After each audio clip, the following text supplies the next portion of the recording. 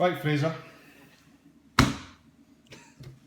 This is not an Alcoholics Anonymous meeting.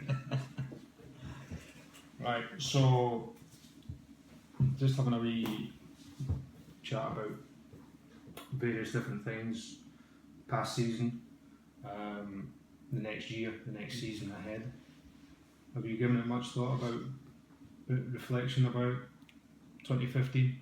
In respect to sort of how I played or Performance, results? if I probably look at it, I probably struggled when the weather was bad. Okay. Even though that should work in my favour.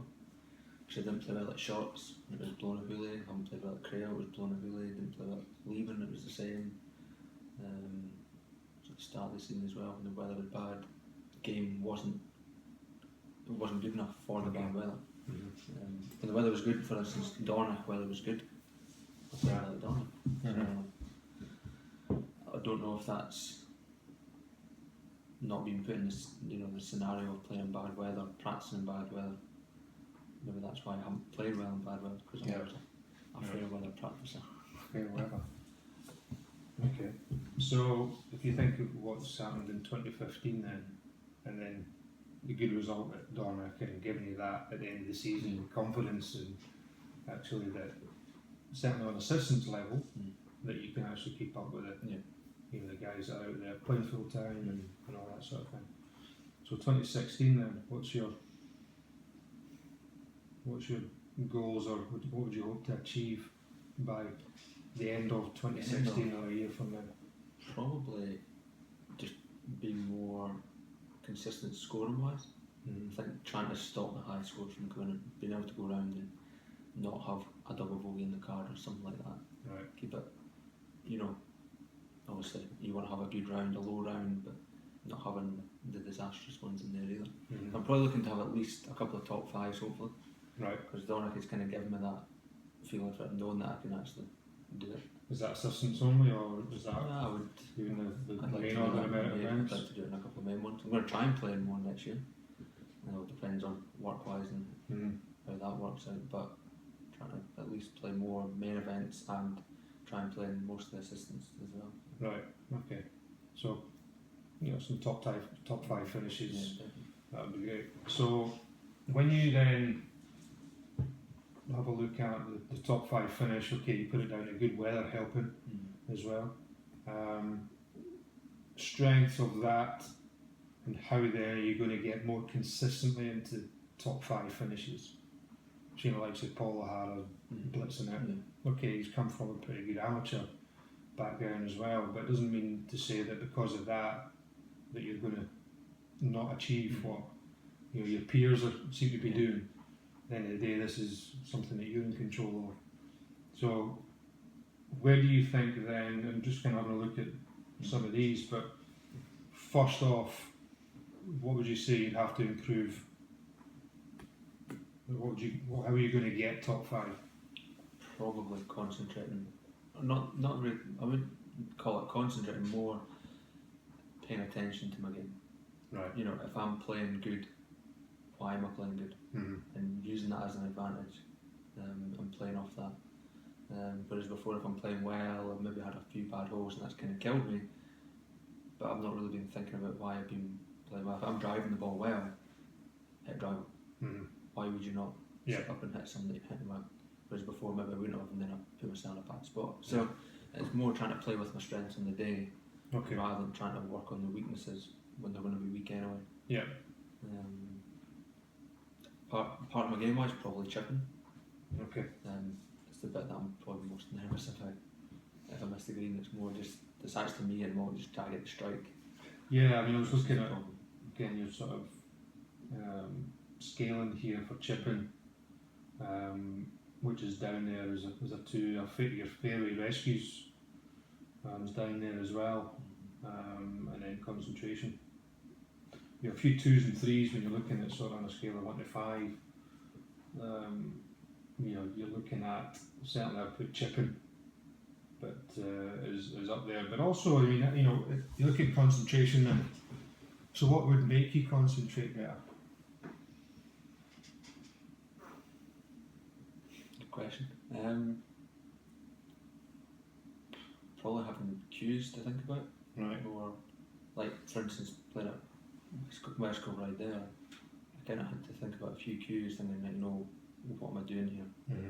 Thinking about several things to do before I hit the shot, and even during the shot as well, just to try and execute what I'm actually wanting to do. And it did help to a degree, because I was doing it all the time. It was consistent. I wasn't changing it each shot.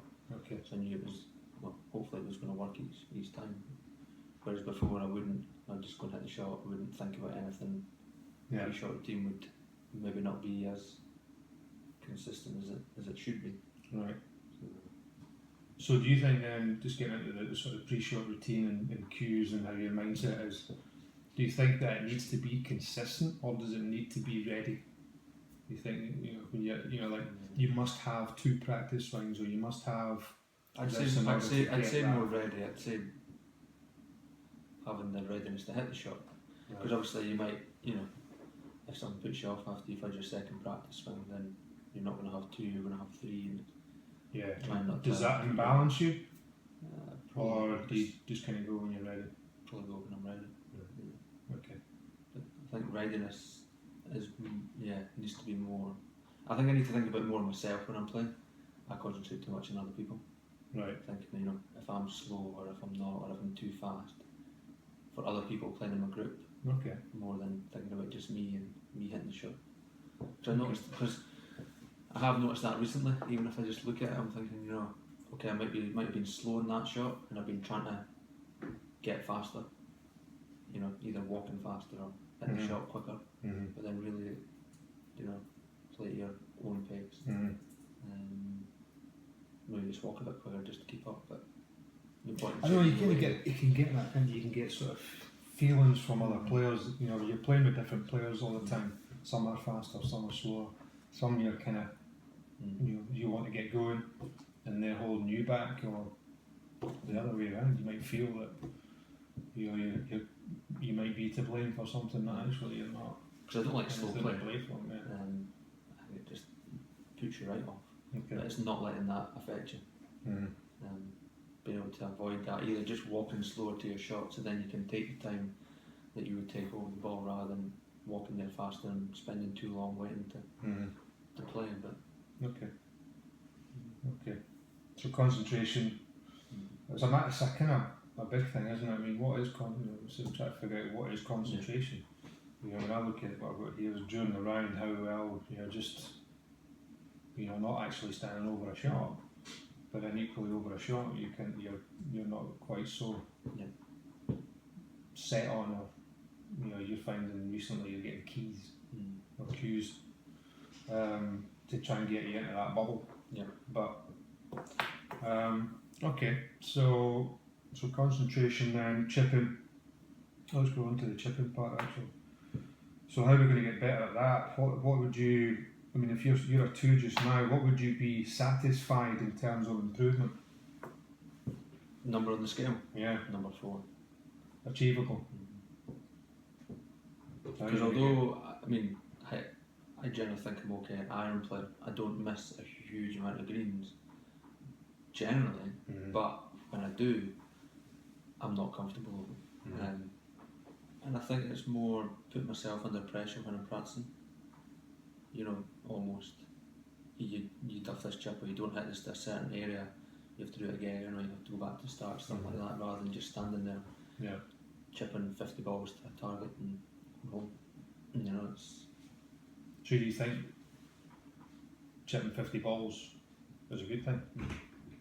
What do you think would be a good thing? It needs to be more based on the actual game itself.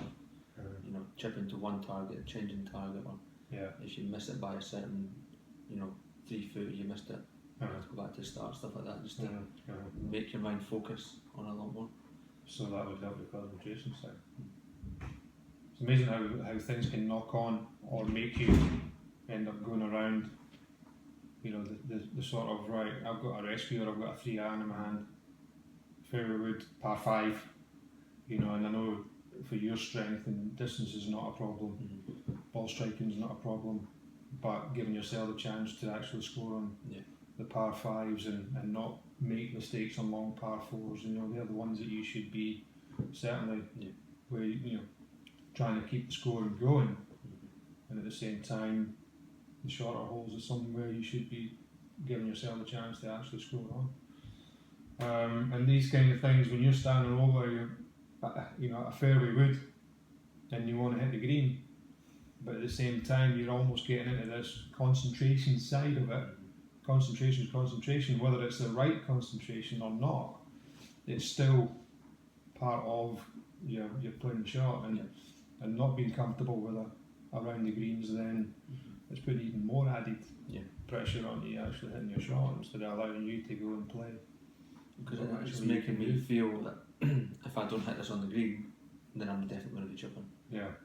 Whereas if I laid up, then at least I'd have 100 yards in where I'm comfortable. And you should be stronger. So I should really be thinking about trying to hit the green from 248 rather than thinking about hitting 140 yards to leave myself a pitch in. No, definitely. Changing my mindset to be able to be confident. Because I actually look at my par 5s this year, they've been poor. I shouldn't be poor at par 5s, but I am. You look at these two, that's your keys, isn't it? That's the areas where. So even just on those two things alone, now you're playing over the winter time as well, which is great. So those two things alone, how would that make you feel about the rest of your game if you can improve on those two areas? Probably tighten up the rest of the game. Do you think that these other parts of your game might actually become stronger without even without working too hard or focusing on them too much? Relying on them. Which kind of can bring it down a bit as well. So how would chipping alone make you feel? You can improve chipping. I think if I was to improve chipping, it would, obviously the distance to the hole from a chip would become less, so it means there'd be less pressure on me to hold the putt, really. No. This year, the chipping's been poor because I've not put it close enough, and I've not struck it well enough. Either catch one thin, catch one heavy. But if I had that belief of that I'm going to hit this one good, then I can just work on distance control. Which then means when I go to the putt, I'm going to have a reasonable chance at holding it, rather than a 20-foot putt when I only had a 30-foot chip. Okay. Which then, as you say, takes pressure off the putting from further out. Well, not even just not just putting. You look at the rest of it, especially down there. Your long irons, rescues, and scoring average. Fairways is a problem in terms of strike. That's what I feel. Right. Standing over the ball with the fairway in hand, it's like, I'm actually going to hit this. Is it going to be a top? Is it going to come off the heel and go miles right? That's the two problems I've probably got. Right. Okay. That's why it's the number 2, really. Yeah. But then that might obviously come from not knowing if I'm going to be able to chip it properly. Right. So it's probably in the back of my head. Okay. Have you done any stats? I'll keep stats all around and I'll maybe look at them after, but I don't record them. You don't record them in a data lab or anything like that, no? Is it Lower Your Scores is another one, I think? I think that's a new one. Neil McGill. So more in depth recording those stats. Where you've missed the green, where you've missed the fairway, what yardages you've had in, what length of putts and that you've missed. I think that wheel, thinking the profiling, that sent you, and so just to leave that out in it, just bits and pieces like that. This essentially is actually similar thing. So what will stop you chipping good? What will stop you actually hitting fairways good? What will stop you from improving?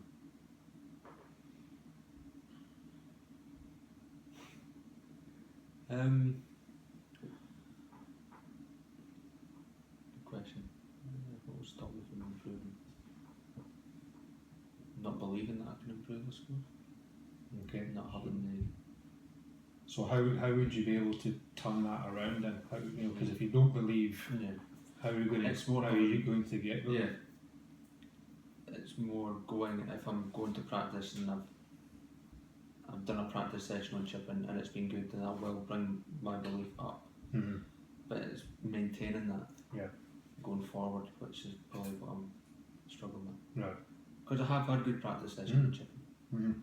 As a player, I have good practice sessions with hitting fairways off the fairway. Yeah. You all probably do have them, but it's getting the niggling feeling in the back of your head, knowing that you have had bad experiences of on the golf course. So how would you turn that around, and how would you create more good experiences apart from the practicing side of it?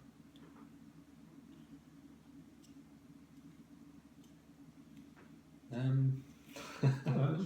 don't know. How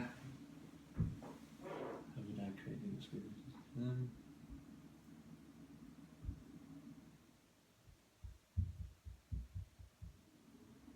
Don't know. Maybe make it easier. I don't know. Okay. Build confidence from the bottom up, rather than put myself in at the deep end. So if you're, let's say you and I, we go out and play on the course, and you have to, let's say you put your house on it, you've got to go up and down. That's too much in at the deep end for you to believe that actually you could do it. Because some people could go, right, I put my house on this, I've got to do it, and I do it. So it depends. This is why we're trying to work this out. How are you then going to get that in at the deep end and have that confidence in there? And if you feel that you've got to start at the bottom and work your way up again, then great, because it has to start somewhere. So it has to be competitive.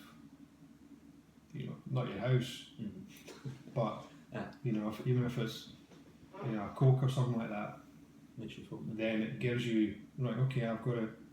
What are we actually going to focus on? Don't get me wrong. I think I've got some tools that we can try and get you into the focus side of it. Your cues and being able to know that you can actually make good connection, good strikes, and actually so that's technical. But certainly, I think it's your immediate solution. Like if you now think about what you would do over the next 2 or 3 weeks, or the next month or two, into right, how are we now going to? What are you going to do to actually get that? Is it achievable? And when it's achieved, how is it going to make you feel? Yes. Because we sometimes can get into, we can't see beyond it. But actually, what would it feel like if we did get to that? And we go, right, I want to feel that. Right, okay, so how to get that feeling, how are we then going to go through stages to achieve that feeling? And anything that at times, I think, when it's not working, we get lost. We can't even see it to feel it and achieve it, and obviously it doesn't make you feel too good either. So when that's happening, for golfers that have so much going on in a round of golf, which is mostly mental, but we have all these various aspects of the game, then we want to be able to get a kick from it, don't we? And it's not just the result, it's the process of getting the result. It's more feeling, I enjoy that game of golf as well. You've played good shots, you've hit good ones, even if you don't score well. Don't get me wrong, I would love to score well as anybody would, but if I've gone out and played and I felt I've actually played quite good, I've just never pulled a few putts that maybe I should have and stuff. I haven't scored well, but I've come off the course feeling that I've played well, that I will be fine. Alright. Yeah. Okay. Because it's progress. Yeah. Okay. How much time have you got to put in? Would that be each week, each month? Or? Well, what do you think you would need to? How much do you think you would need to put in? And it's your life. Yeah. Your home life, your work life. We've all got stuff going on. How much do you think? Because of that aspect, obviously chipping's outside around greens. Yeah. It's not going to be easy, just because of the daylight. I start when it's dark and I finish when it's dark. Yeah. But in terms of my days off, then I would do at least a couple of hours, hopefully every week, on a day off that I've got. If I'm not playing or I've not got other stuff on in terms of Christmas time, but Okay. yeah, we'd try and put effort into it at least. Certainly, no excuses just now in terms of having more time and driving range and working on your fairways and rescues and building that up. I think that working on pre-shot routine, things getting into your routines at the range. There's nothing wrong with playing the course in your mind at the range, even though that comes down to chipping as well. You could be hard on yourself and say, I'm not going to feed myself tonight if I don't do this. That's as much as putting your house on it if you want to see it from that point of view. How would you feel? I think I maybe asked you already, but when you look at trying to improve areas, and also the end of we want to have results. We want to get our top fives. What would it make to get us? And what's going to have to go well? What do we have to do for you to actually get that? Have you related it to peers? Was it just personal that you think, well, actually, if I'm improving that, or if I improve on this, then I can actually get that, and actually this might happen as well. So what would stop you from achieving it? As much as your top fives and things like that, but what would stop you from? It was a tough question, but don't say your coach. You got there first. I'll use Donick as an example again. Right. Before I played the first round, when I hit balls, I was hitting the ball good. Putting was good, chipping was good. Everything felt good before I went out and played. So the belief of knowing before I went and played was good on that day. Was good. Whereas if I played before, I've maybe not had maybe there's not a range there, or there's not a practice facility at the course I've been playing. I've not had the chance to practice before I've gone out. No. And then I've not got the belief that I'm hitting the ball good enough, even if I've hit balls the day before, which is maybe something that I need to work on, because not every course has got the facilities that you can go and do stuff beforehand. But to be able to get the top fives next season is having the belief. Even if I don't have the ability, even if, let's say, chipping isn't great the week before a tournament, if I can then not force myself, but I can go up to a chip and go, right, I'm going to chip decent here, try and force myself to believe that I can change my mental attitude, be positive about it rather than negative about it, then hopefully it'll push me forward. Yeah.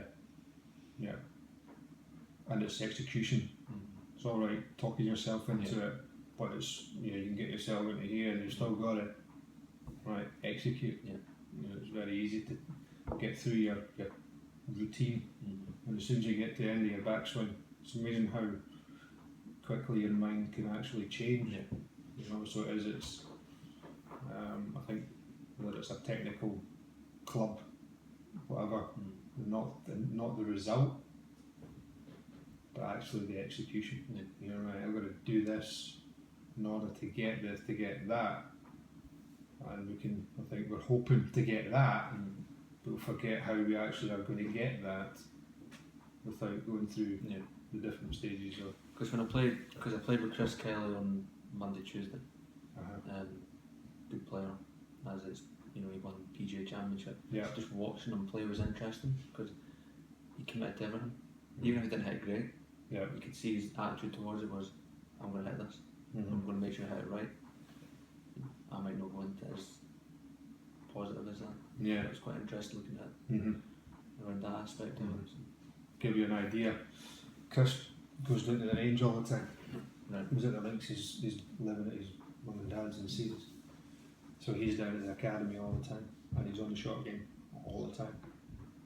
He plays. He's got a membership up at the Dukes. Plays up there and does his practicing up at the Dukes. But his short game stuff, he's always down at the links every day doing something on it. So in the build up to going out and playing in the playoffs out in Turkey last month, he's down there the whole time. Yeah, because he said when he was playing coming up to the PGA Championship, he was out every day, making sure he practiced every day, 7 hours a day, almost kind of thing. Yeah. He killed himself. He was He's full time doing that much. So you would kind of, if you've got that time. But then, my point of view is, actually, you don't need to do it for 7 hours if you have the right tools. But this isn't really about kind of going through the tools. This is about finding out what you want, how are you going to get it, what are you going to do to get it. If you don't do it, how are you going to feel? What's the negative side of it? But it's knowing something that you want to actually do to get it, and that's ultimately what it's going to be. What we'll look at is we'll talk a wee bit more about this another time, but is actually we're going to go over this a wee bit more in detail. So we want to improve chipping, we want to improve fairways. We want to have good results. So if we're in the top 5 assistants at the end of the season, great, top 10, whatever. But what are you going to do to actually get that? What are you going to have in place by, in 2 months' time, I want to be something like this. For another, by the time the season kicks off, we're doing something more up to that point, and then doing it a little bit less as the season comes in, whether that's your fitness side with Shelley. The bits and pieces that's going on with that in order to get you physically in good shape. Gym stuff as well, if there's other gym stuff. Physical, just endurance of playing 4-5 rounds of golf a week. Essentially, when you're playing a big event, that getting to the back nine on a Sunday sort of thing. That last bit. And amongst the sort of the preparations to that as well. So we'll talk about a wee bit more about that another time. Cool.